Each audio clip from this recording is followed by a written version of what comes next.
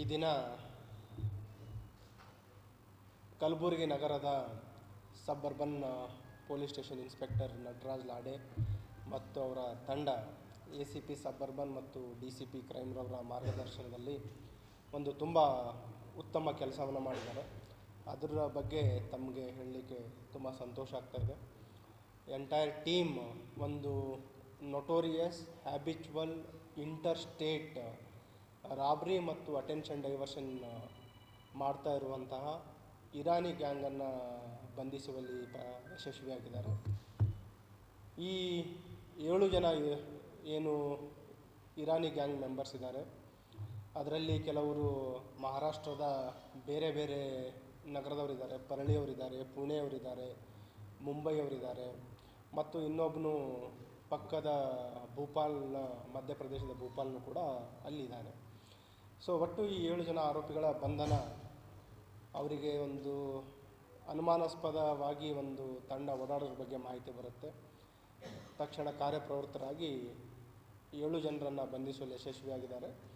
ಮತ್ತು ಬಂಧಿತರಿಂದ ಅವರೇನು ಕೃತ್ಯಕ್ಕೆ ಉಪಯೋಗಿಸ್ತಾ ಇದ್ದರು, ಒಂದು ಟಾಟಾ ಹೆಕ್ಸಾನ್ 4 ವೀಲರ್ ಇದೆ ಮತ್ತು 2 ಬೈಕ್ ಇದೆ. 2 ಬೈಕು ಮತ್ತು ಒಂದು ಕಾರು. ಅದರಲ್ಲಿ ಮತ್ತೆ ಅವರು ನಂಬರ್ ಪ್ಲೇಟನ್ನು, ಫೇಕ್ ನಂಬರ್ ಪ್ಲೇಟನ್ನು ಕೂಡ ಬಳಸಿದ್ದಾರೆ. ಇಲ್ಲಿ ಕರ್ನಾಟಕದಲ್ಲಿ ಓಡಾಡಬೇಕಾದ್ರೆ Karnataka number plate, fake number plate ಹಾಕ್ಬೋದು. ಮಹಾರಾಷ್ಟ್ರದಲ್ಲಿ ಓಡಾಡಬೇಕಾದ್ರೆ ಮಹಾರಾಷ್ಟ್ರದಲ್ಲಿ ಫೇಕ್ ನಂಬರ್ ಪ್ಲೇಟ್ ಹಾಕ್ಬೋದು. ಸೊ ತುಂಬ ಪೂರ್ವ ನಿಯೋಜಿತವಾಗಿ ರೂಢಿಗತ ಅಪರಾಧಿಗಳ ಒಂದು ತಂಡ.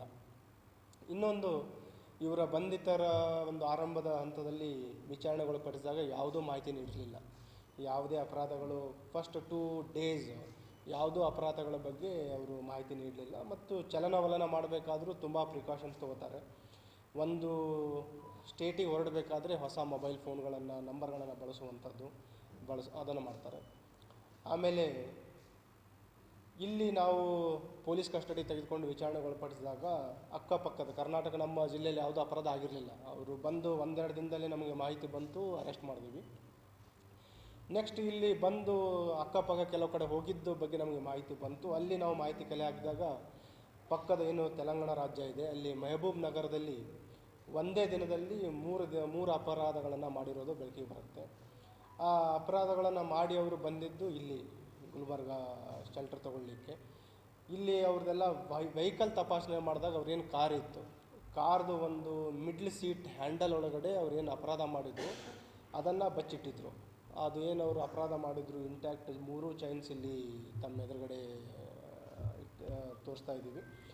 ಮತ್ತು ಇವ್ರ ಮೋಡಸ್ ಆಪರೆಂಡಿ ಯಾವ ರೀತಿ ಅಂತಂದರೆ, ಒಟ್ಟು 7 ಜನರಲ್ಲಿ 2 ಜನ ಪೊಲೀಸ್ ಸಬ್ ಇನ್ಸ್ಪೆಕ್ಟರ್ ಥರ ಇರ್ತಾರೆ.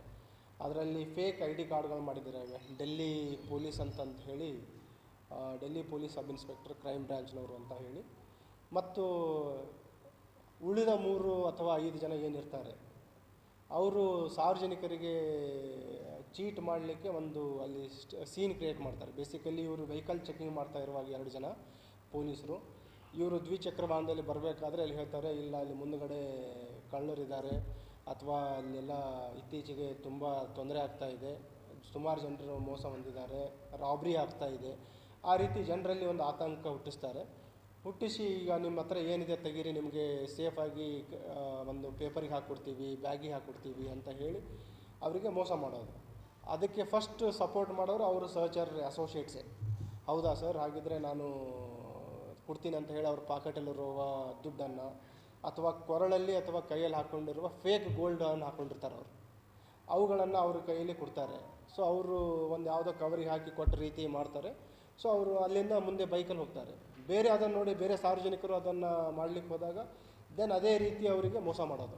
ಈಗೇನಾದ್ರು ಒಂದು 50,000 ರೂಪಾಯಿದು ಅಥವಾ 30,000 ಬಂಡಲ್ ಇದ್ದರೆ ಅದರಲ್ಲಿ 10,000 15,000 ತೊಗೊಳ್ಳೋವಂಥದ್ದು.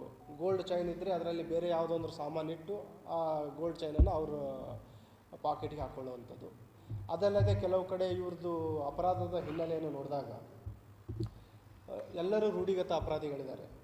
ಅದರಲ್ಲಿ ಕೆಲವರು ಏರಿಯಾ ಆಫ್ ಆಪ್ರೇಷನ್ಸ್ ಬೇರೆ ಬೇರೆ ಮಾಡ್ಕೊಂಡಿದ್ದಾರೆ. ಈಗ ಅವರು ಮಹಾರಾಷ್ಟ್ರದ ನಾಗ್ಪುರಲ್ಲಿ ಅಪರಾಧಗಳನ್ನು ಮಾಡಿದ್ದಾರೆ, ಅಮರಾವತಿಯಲ್ಲಿ ಮಾಡಿದ್ದಾರೆ, ಪುಣೆಯಲ್ಲಿ ಮಾಡಿದ್ದಾರೆ, ಪರಳಿಯಲ್ಲಿ ಮಾಡಿದ್ದಾರೆ, ಮುಂಬೈ ಮಾಡಿದ್ದಾರೆ.